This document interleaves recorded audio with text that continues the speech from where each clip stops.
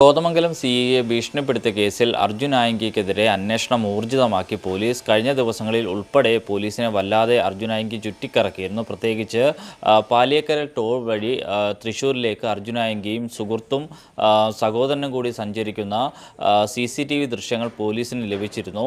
അതിനു പിന്നാലെ തൻ്റെ ഇൻസ്റ്റാഗ്രാമിലൂടെ താൻ തൃശ്ശൂർ റൗണ്ടിലുണ്ട് എന്ന നിലയിലൊരു പോസ്റ്റ് അർജുൻ ആയങ്കി ഇട്ടിരുന്നു. തുടർന്ന് പോലീസ് അവിടേക്കെത്തുന്നു. അവിടേക്കെത്തുമ്പോൾ അർജുൻ ആയങ്കിയുടെ സഹോദരൻ അഖിലിനെയാണ് പോലീസ് കസ്റ്റഡിയിലെടുക്കുന്നത്. നിലവിൽ സഹോദരൻ അഖിലിനെയും സുഹൃത്തിനെയും പോലീസ് ചോദ്യം ചെയ്തു വരികയാണ്. എന്നാൽ ഇവരിൽ നിന്നും അർജുൻ ആയങ്കി എവിടെയാണ് എന്ന നിലയിൽ ഒരു വിവരം ഈ ഘട്ടത്തിലും ലഭിച്ചിട്ടില്ല. കഴിഞ്ഞ ദിവസങ്ങളിൽ ഉൾപ്പെടെ പോലീസിനെ നിരന്തരം സാമൂഹ്യ മാധ്യമങ്ങളിലൂടെ ഭീഷണിപ്പെടുത്തുകയും അർജുൻ ആയങ്കി ചെയ്തിട്ടുണ്ട്. പോലീസിനെ മാത്രമല്ല, ആഭ്യന്തരമന്ത്രി രമേശ് ചെന്നിത്തലയും അർജുൻ ആയങ്കി വെല്ലുവിളിച്ചിരുന്നു. ഇതിനു പിന്നാലെയാണ് പോലീസ് കുറേയും കൂടി ഗൗരവകരമായി തന്നെ അർജുൻ ആയങ്കിയെ പിടികൂടുന്നതിനുള്ള ശ്രമങ്ങൾ ആരംഭിച്ചത്. ഇതിനുവേണ്ടി DYSPയുടെ നേതൃത്വത്തിൽ ഒരു പ്രത്യേക 10-അംഗ സംഘത്തെ തന്നെ പോലീസ് നിയോഗിച്ചിട്ടുണ്ട്. അതിനിടയിൽ അർജുൻ ആയങ്കിക്കെതിരെ വിവിധ സ്റ്റേഷനുകളിൽ 2 കേസുകൾ കൂടി രജിസ്റ്റർ ചെയ്തിട്ടുണ്ട്. കണ്ണൂരിലാണ് ആഭ്യന്തരമന്ത്രി രമേശ് ചെന്നിത്തലയ്ക്കെതിരെ ഭീഷണി ഉയർത്തിയെന്നൊരു കേസ് DCC പ്രസിഡന്റ് മാർട്ടിൻ ജോസഫിൻ്റെ ഒരു പരാതിയിൽ എടുത്തിട്ടുള്ളത്.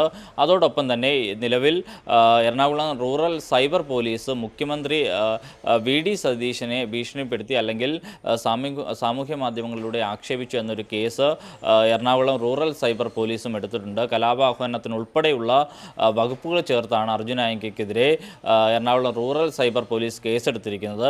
അതേസമയം അർജുൻ ആയങ്കിയുടെ ടവർ ലൊക്കേഷനും മറ്റും കേന്ദ്രീകരിച്ച് നടത്തുന്ന അന്വേഷണത്തിൽ പലപ്പോഴും പോലീസിന് വഴിതെറ്റുന്നുണ്ട്. കാരണം അർജുൻ്റെ മൊബൈൽ ഫോണുകൾ ഇടയ്ക്കിടയ്ക്ക് മാറുന്നുണ്ട്, അർജുൻ ഉപയോഗിക്കുന്ന വാഹനങ്ങളും ഇടയ്ക്കിടയ്ക്ക് മാറുന്നുണ്ട്. അതുകൊണ്ട് തന്നെ അർജുനെ കേന്ദ്രീകരിച്ചുള്ള അന്വേഷണത്തിൽ പോലീസിന് ചില തടസ്സങ്ങൾ ഉണ്ടാകുന്നുണ്ട്. അതോടൊപ്പം തന്നെ നിരന്തരം സാമൂഹ്യ മാധ്യമങ്ങളിൽ പ്രത്യേകിച്ച് അർജുൻ ആയങ്കിയുമായി ബന്ധപ്പെട്ട് വരുന്ന ന്യൂസുകളുടെ എല്ലാം കമൻറ്റ് ബോക്സിലും മറ്റും അർജുൻ്റെ അക്കൗണ്ടുകളിൽ നിന്നും കമൻറ്റുകൾ വരുന്നുണ്ട്.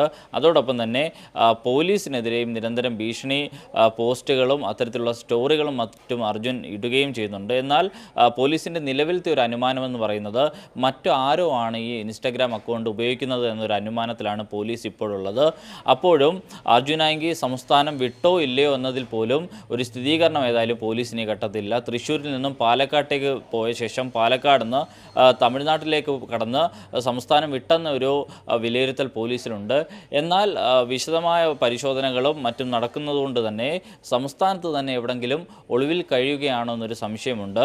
ഏതായാലും ആഭ്യന്തരമന്ത്രി എത്രയും വേഗം തന്നെ അർജുനെ പിടികൂടണമെന്നൊരു നിർദ്ദേശം നൽകിയിട്ടുണ്ട്. അതോടൊപ്പം തന്നെ ഏതെങ്കിലും അടിയന്തര സാഹചര്യത്തിൽ വെടിവെക്കുന്നതിനുള്ള ഒരു നിർദ്ദേശവും തൃശ്ശൂർ പോലീസ് കമ്മീഷണർ ഈ അന്വേഷണ സംഘത്തിന് നൽകിയിട്ടുണ്ട്.